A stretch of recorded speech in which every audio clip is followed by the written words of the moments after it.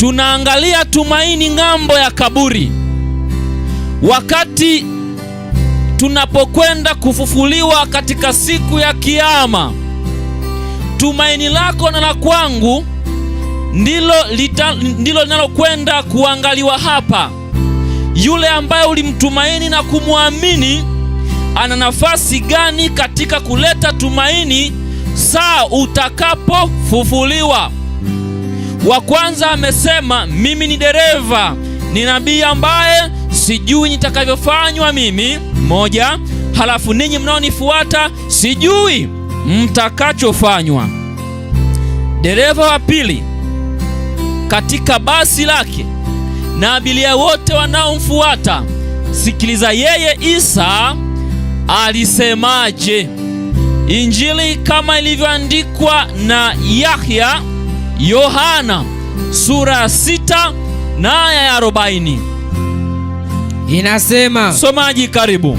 Kwa kuwa mapenzi yake Baba yangu ni haya. Mapenzi yake Nabii Isa akiwaambia Wayahudi, mapenzi yake Allah ni haya, ya kwamba kila mtazamaye mwana na kumwamini yeye, kila atakayemtazama mwana Yesu Kristo akamtumainia yeye, awe na uzima wa milele. Atakuwa na uzima wa nini? Wa milele. Yani katika uso wa nchi, dunia yote, kila atakayemwamini Nabii Isa bin Maryam atakuwa na uzima wa nini? Wa milele. Halafu katika yaumul kiyama, katika siku ya Kiyama, malizia, nami nitamfufua siku ya mwisho. Nami nitamfufua siku ya nini? Ya mwisho. Yani wakati tunapokwenda kufufuliwa katika siku ya mwisho, anayekwenda kuwa jaji na kuhukumu baina yaliyo haki,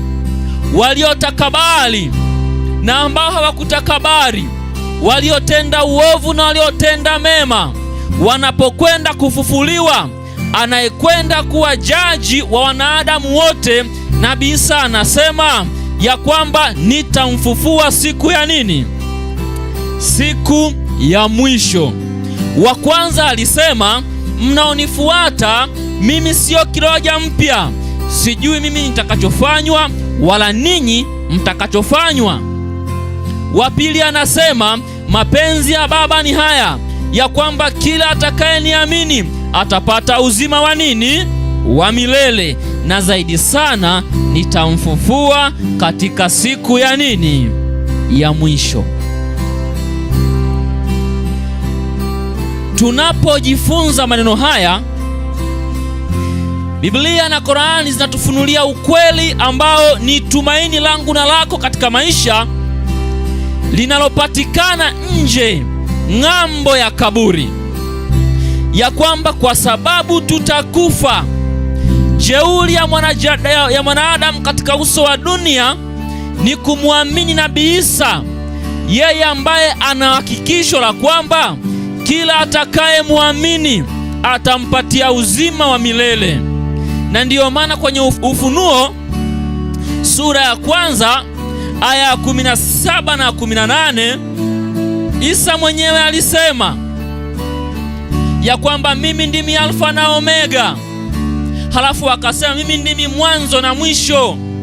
Nilikuwa nimekufa na sasa niko hai, nami nina funguo za mauti na kuzimu. Yani katika ulimwengu wote aliye na funguo za kuzimu na mauti ni Yesu peke yake. Yeye ambaye alikufa siku ya Ijumaa mosi akapumzika kaburini, halafu akiwa kama ni mshindi wa vita, milango ya kuzimu ilishindwa kumshikilia. Injili alifufuka akakaa siku 40, na baada ya siku 40 akapaa kwenda mbinguni. Mpaka leo kaburi la Nabii Isa halipo, lakini ukienda Maka, Saudi Arabia, kuna kaburi la Muhammadi akingali amekufa. Maana alisema sijui.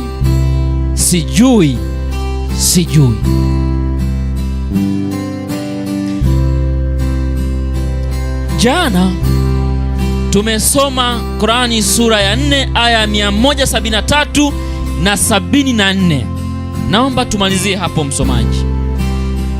Tumaini pekee katika maisha ng'ambo ya kaburi halipatikani kwingine isipokuwa ni kwa kuamini na kumtumaini huyu Yesu Kristo.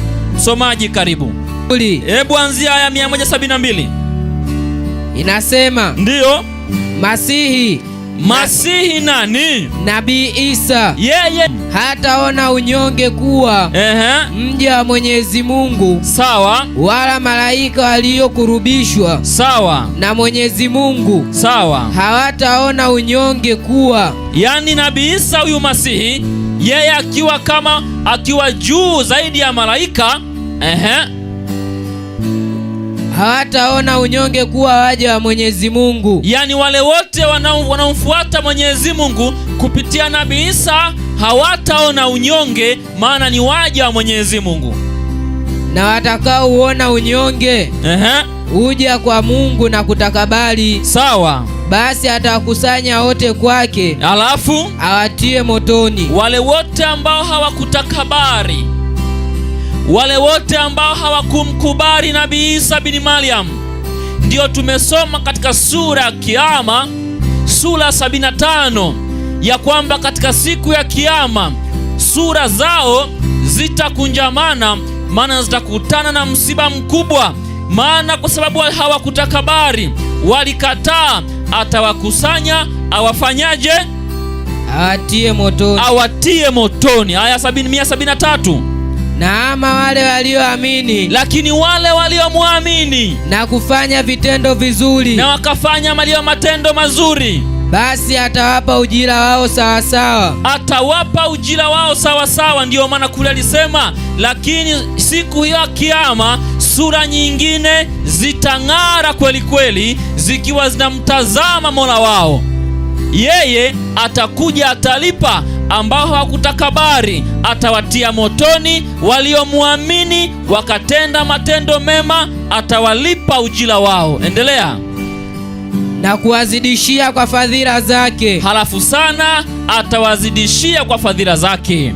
Lakini wale waliona unyonge na kufanya kiburi, lakini wale waliokuwa ni wanyonge katika maisha yao wakafanya kiburi kumwamini Isa bin Maryam, basi atawaadhibu kwa adhabu iumizayo. Atawaadhibu kwa adhabu ya namna gani? Iumizayo. Kwa ghadhabu iumizayo. Wala hawatapata rafiki, hawatakuwa na yeyote wa kumtetea, wala msaidizi yoyote mbele ya Mwenyezi Mungu.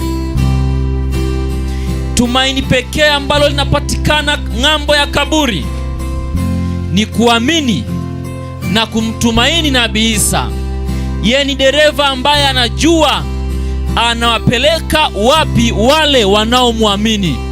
Yeye ni dereva ambaye anajua ya kwamba siku ya ufufuo, wale walioniamini nitawaokoa na mauti, wale walioniamini nitawasaidia wafike mbinguni.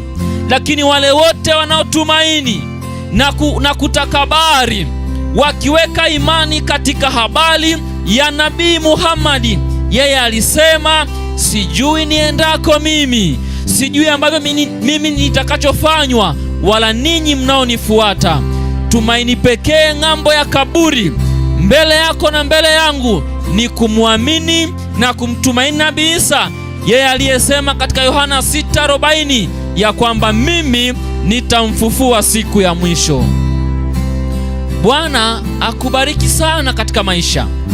Unapoamini, unapoamua na kudhamiria kwa dhati kumwamini Nabii Isa, yeye ana mbingu ya kukupeleka.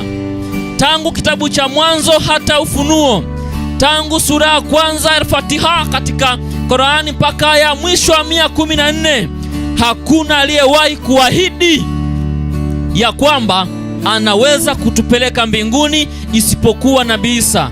Ndiyo maana sehemu nyingine akasema ya kwamba Nabii Isa ni alama ya kiyama, ni alama ya kiyama, msikitilie shaka. Wadha, salamu alaikum. Unayemfahamu Yesu Kristo, mshikilie kwa mikono miwili.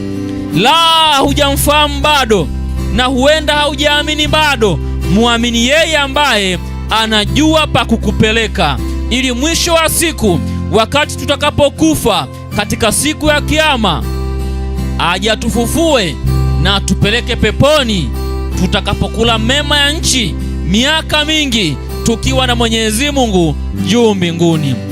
Mwenyezi Mungu akubariki ndugu zangu Mkristo. Mwenyezi Mungu akubariki ndugu yangu Muislamu. Na wewe ambaye hujapata fursa ya kuwa Mkristo, muamini na kumtumaini Nabii Isa, uwe na hakika ya maisha yako ng'ambo ya kaburi lililoko mbele yako na lililoko mbele yangu, kwa jina la Yesu, amina. Tusimame tupate kuomba. Tuombe. Mwenyezi Mungu, mfalme wa amani, asante, maana kila siku umekuwa ukisema nasi ili kuweza kutuokoa kwa ajili ya uzima wa milele. Nami kwa rehema zako Mwenyezi Mungu, nawaombea wote waliosikia, ukawabarikie Mwenyezi Mungu, ukawaokoe dhidi ya mauti, wafanye wa kuamini Mwenyezi Mungu, wafanye wa kuamini Nabii Isa katika siku ya Kiyama, wakafufuliwe ili wakalipwe, sura zao zikang'ae na zikatabasamu, maana Yesu Kristo wewe umekuwa mtetezi wao. Asante Bwana, maana utatuokoa wote. Asante Yesu, maana utatusaidia wote. Asante maana utatuokoa na siku ya hukumu. Asante maana tutakaa wote mbinguni. Tusaidie tukuamini, tukutegemee, kwa jina la Yesu, amina.